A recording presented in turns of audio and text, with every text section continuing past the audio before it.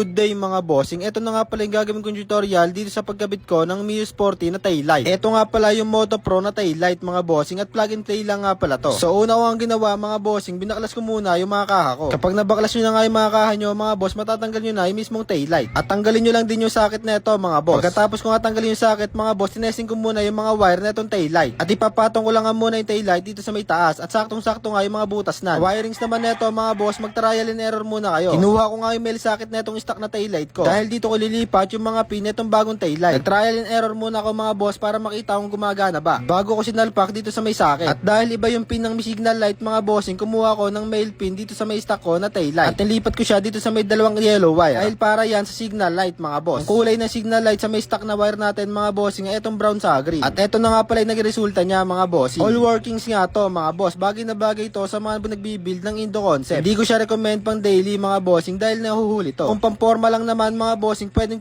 to sa inyo. Tingnan nyo naman mga bossing kung gaano kapogi yan. Napakadali lang ikabit nan mga boss, kayang-kaya nyo rin i-DIY yan. Kaya kung gusto mo rin nga order nan bossing, ilalagay ko na nga lang yung link niyan sa may yellow basket.